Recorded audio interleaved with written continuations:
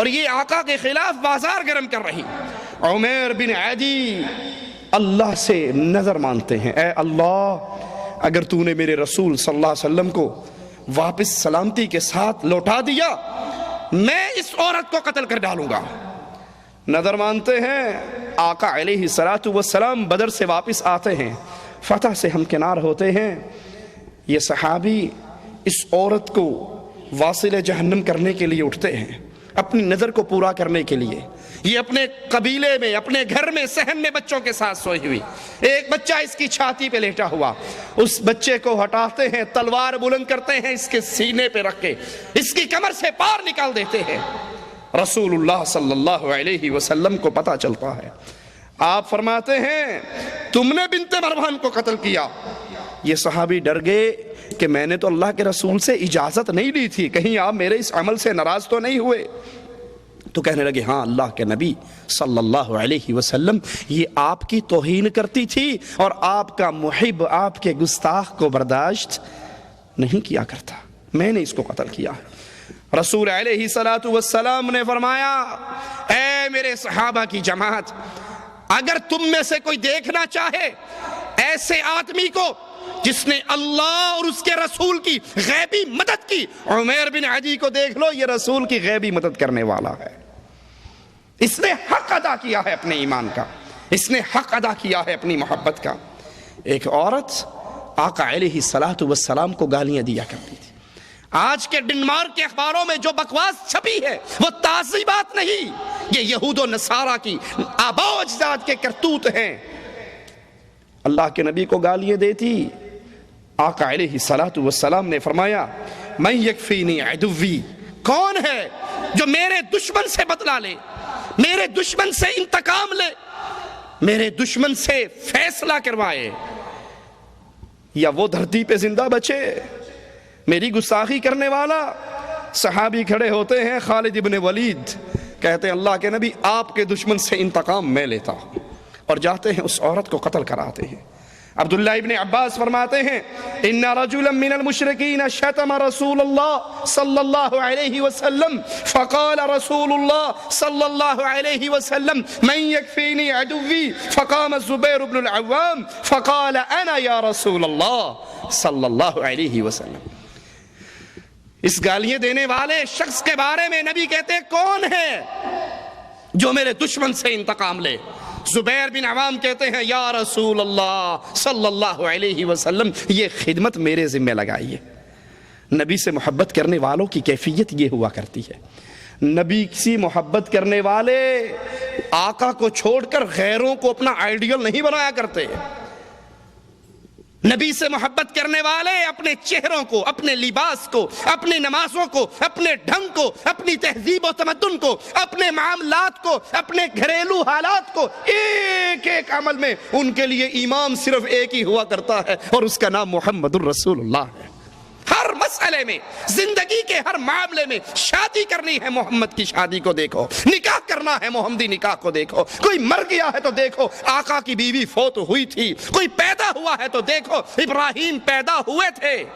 تجارت کرنی ہے تو دیکھو خدیجہ کا غلام، خدیجہ کا تاجر خدیجہ کے غلاموں کے ساتھ تجارت کرنے کے لیے نکل رہا ہے.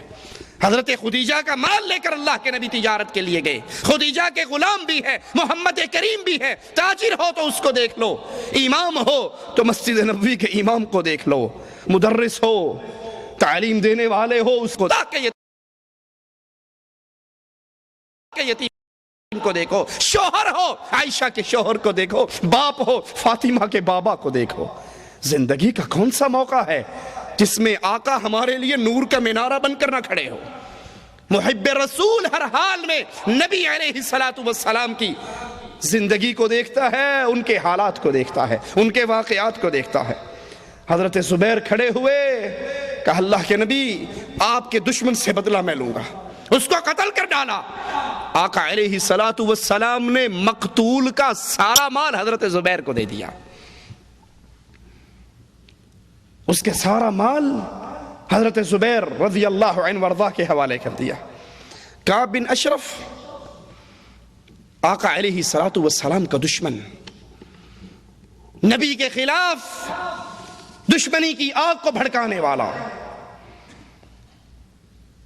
بدر میں جب اللہ کے نبی علیہ السلام کامران واپس لوٹتے ہیں، کامیاب واپس لوٹتے ہیں، کفار کے سرداروں کو جہنم رسید کر کے، اس کے پیٹ میں بڑا مروڑ اٹھتا ہے، یہ بھاگتا ہے، مکے والوں کے پاس پہنچتا ہے، خود بھی روتا ہے، ان کو بھی رلاتا ہے، مکے کے مرنے والے سرداروں کے لیے اشعار کہتا ہے۔ مکے کے سردار عقل مند تھے، جانتے تھے محمد علیہ السلام بھی آسمان سے آئے ہوئے نبی ہیں، اور یہ یہودی بھی آسمانی دین کو مانتے ہیں، ان کے دین کے اندر بھی بت پرستی حرام ہے۔ اپنا تزکیہ لینے کے لیے کہتے ہیں، کعب بن اشرف ذرا یہ بتاؤ، ہم زیادہ حق پر ہیں یا محمد زیادہ حق پر ہے صلی اللہ علیہ وسلم؟ اب یہودی جانتے تھے کہ اللہ کے نبی کا دین سچا، کتاب سچی، شریعت سچی، لیکن غیظ و غضب میں، نفرت میں، عداوت میں، حسد میں آ کر کہتا ہے کہ تمہارا دین بت پرستی والا محمد علیہ السلام کے دین سے زیادہ بہتر ہے۔ واپس آتا ہے، اللہ کے رسول صلی اللہ علیہ وسلم کی توہین میں اشعار کہتا ہے، مسلمان صحابیات کی توہین میں اشعار کہتا ہے۔ آقا علیہ السلام آواز لگاتے ہیں، من لقعب ابن الاشرف، کون ہے جو کعب ابن اشرف سے انتقام لے، اس کی گردن کو اڑا ڈالے؟ فإنہ قد آذى اللہ ورسولہ، یہ وہ ہے جس نے اللہ اور اس کے رسول کو تکلیف دی ہے۔ محمد بن مسلمہ کہتے ہیں رضی اللہ عنہ وارضا، یا رسول اللہ صلی اللہ علیہ وسلم، یہ کام کرنے کے لیے میں حاضر ہوں۔ یہ تھی نبی سے محبت کرنے والوں کی کیفیت۔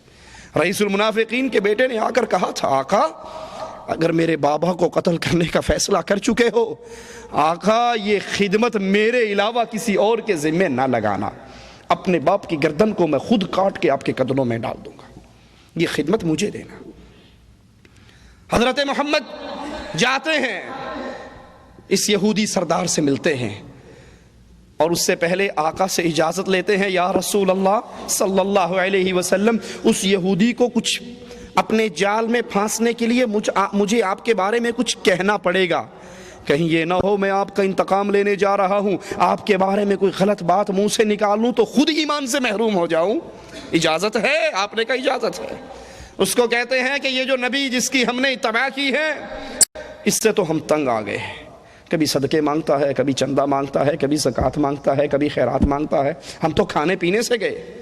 اس نے کہا ابھی کیا، ابھی تو ابتدائے عشق ہے، آگے آگے دیکھ ہوتا ہے کہ ابھی سے، میں تو تمہیں پہلے منع کرتا تھا۔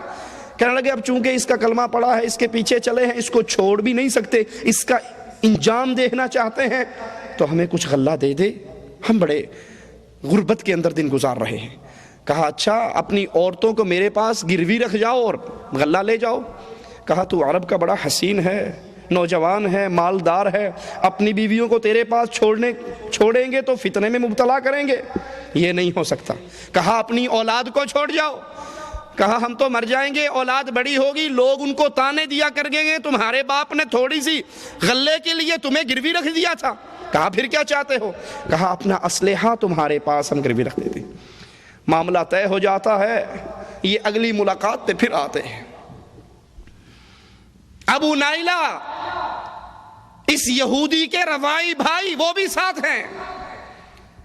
رات کو پہنچتے ہیں، پلاننگ پہلے سے طے کر چکے ہیں، اور قلعے کے پاس آ کے آواز لگاتے ہیں، کعب بن اشرف، عرب کی عورتوں کی ذہانت کا بھی کیا